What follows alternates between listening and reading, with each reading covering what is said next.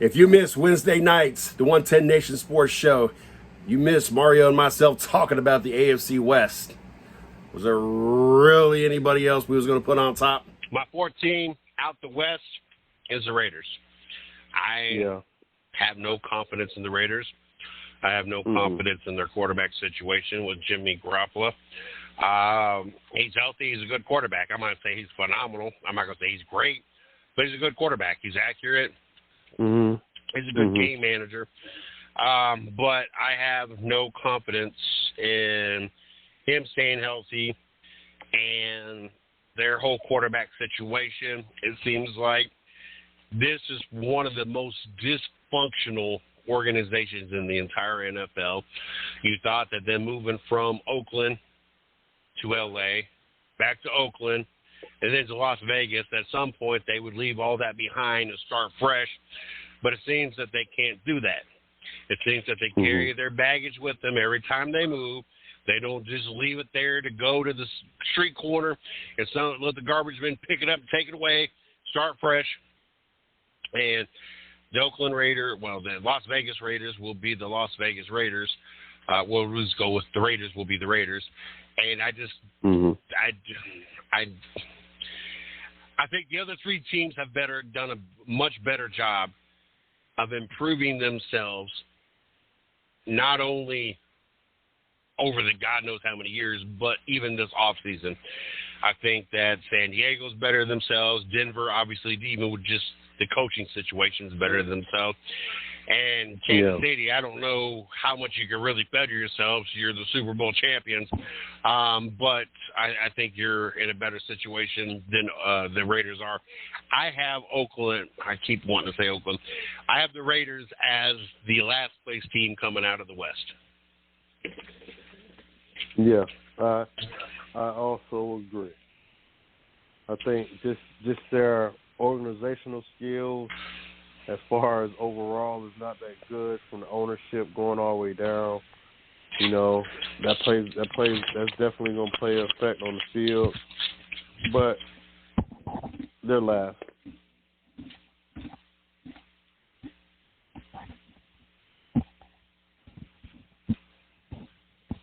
But they got a difficult schedule too, Next team I have coming out the West is, and I changed this up. I was originally had these two teams flip-flop, but something tells me the changes in one organization is going to outweigh the other organization. And so, therefore, I slid San Diego down to the third spot. Okay. I understand that Justin Herbert throws up a lot of yards, but let's be honest. Back in the day, Drew Bledsoe threw up a lot of yards. Just because you throw up a lot of yards doesn't necessarily always lead to victories, doesn't mean it's always a positive thing. Yeah. When you're throwing the ball 700 times, you're bound to rack up yards, and Drew Bledsoe was big for that. He would throw 50, 60 times a game. Of course, you're going to have a lot of yards because you're throwing a lot of passes. Yeah. Doesn't mean that that's winning you games. It doesn't mean that you are being proficient in the red zone. For 4,700 yards, 25 touchdowns, not like Herbert threw a lot of interceptions. But your receiving core, I mean, your highest receiver only had 900 yards. 900 yards, 895 yards. You obviously spread the ball around a lot. 800, 700, 700, 700. So you got a lot of targets. Rushing couldn't break 1,000 yards.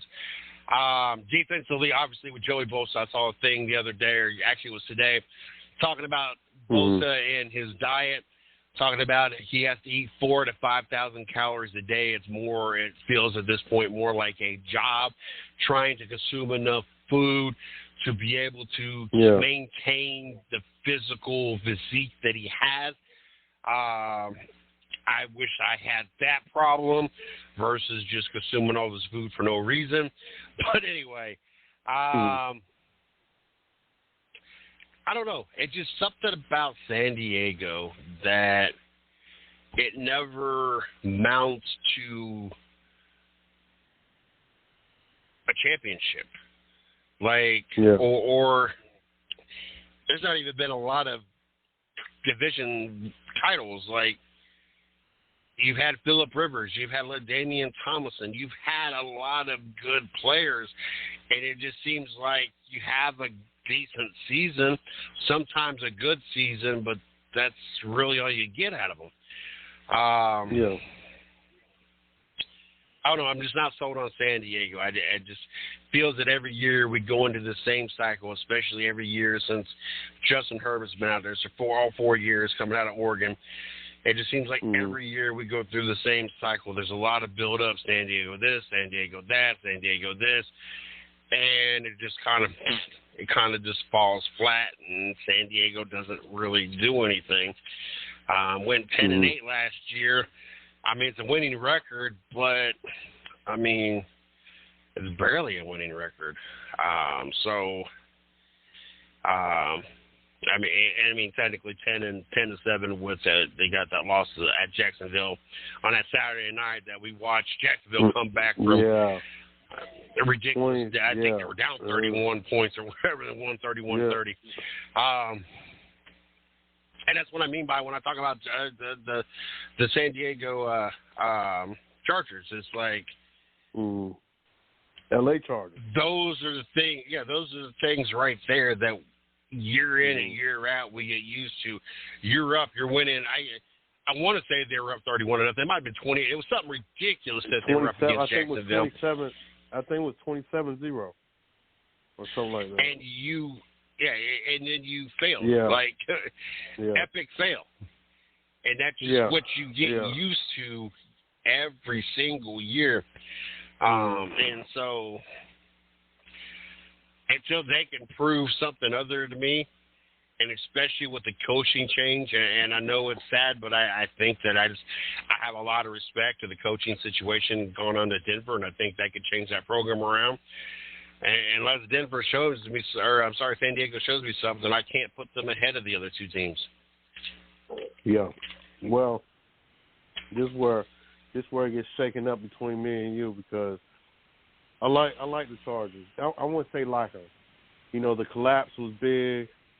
You know, it can either make a team or break a team. You know, they kept the coaching staff, they kept everything together. So I will give them the benefit of the doubt.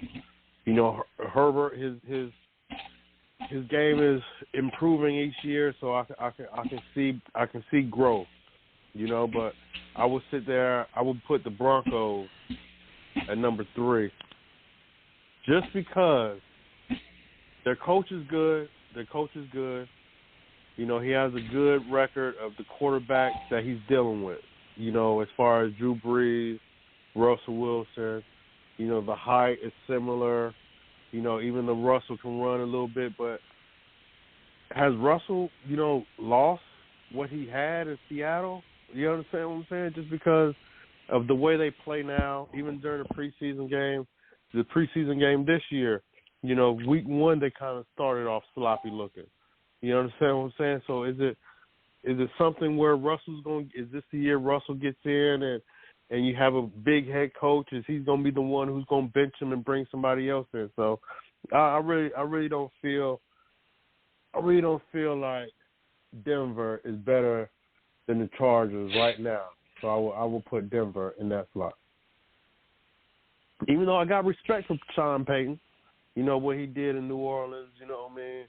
And beating up on the Panthers and all the accuracy balls that, you know, all the plays you know, how he draws it up. You know, but I just don't believe in Russell Wilson right now. Yeah, that's one of the shaky parts about this team.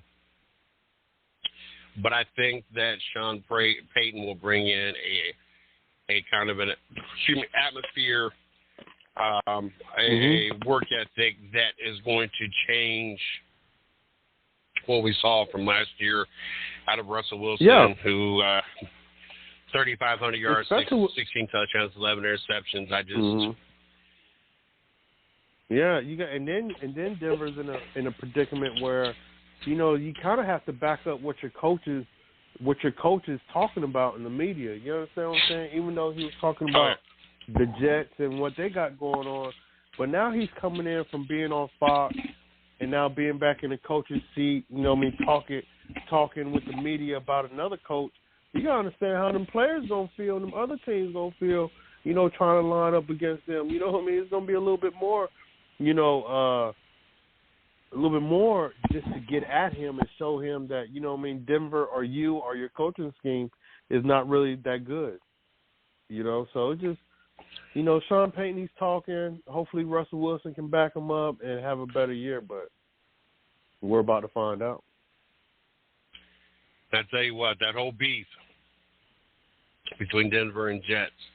So I even forgot about the whole Sean Payton talking about he didn't want his players to be out of uniform, didn't want them this, and then Garrett Wilson shows up on TV with everything that he said, kind of poking the bears. So I tell you what, that whole October 8th matchup in Denver is definitely going to be an interesting game. I would be shocked if there is not some kind of scuffle at some point in time in that game. And I am thank my lucky stars that I no longer have to do all the extra stuff I have to do, and I can sit here all day long on Sunday and wait for this to happen. I will have my phone pulled up, and I have Red Zone. I will have Red Zone pulled up so that I don't miss anything, anywhere. I love Red Zone. So I get an opportunity to bounce around. The only thing stinks is when my team plays, it's kind of a catch-22. Do I want to sit there and watch my team, or do I want to watch what's going on in the entire NFL? So if they do play Browns games here, because unfortunately Cincinnati overrules because I'm closer to Cincinnati, sometimes I got to have the Red Zone pulled up on the phone while I'm watching the game, or vice versa. So, but anyway. All right, I went with this is where we changed. You had said you had Denver there. You had San Diego second. I had Denver second, more so the coaching change. I just think the atmosphere will change. I think that players, especially more so Russell Wilson, will be held more accountable. We've seen what he did in New Orleans. I think we'll see kind of the same results, same everything out of Denver that we saw in New Orleans. And I know I'm comparing apples and oranges. But once upon a time, Russell Wilson was starting to be looked at as one of the greatest quarterbacks. I'm not going to say greatest, but one of a great quarterback. Kind of resetting the last season or so in Seattle. I think that was more of his complaining and everything. I think everybody had a bad taste in their mouth, and of course last year didn't help none. I think this is an opportunity. I think this is an opportunity for him to kind of set the record straight and rejuvenate everything. So I just like what we got coming out of Denver for second place. You got San Diego. Anything you want to throw in? No. I would say I would give the Chargers number 2 just because of their, they still got defense and they still got their core of offensive players. You know what I mean? So. Is it this year just about? Is it the coaching staff that's the problem? Just because you being up 27 and coming back and losing, that obviously that has a lot more to do with coaching. You know what I mean? From plays, timeouts, or calls, or however the game may be. So they're willing to give their coaching staff another opportunity. And I want to see what they can do. But as far as overall, I think the Chargers have a better team than Denver. And, of course, we agree on the top spot. I think the West, the AFC, period. I think all of that goes through Kansas City until somebody can prove me prove me that they can beat Kansas City. Yeah. Yeah. So.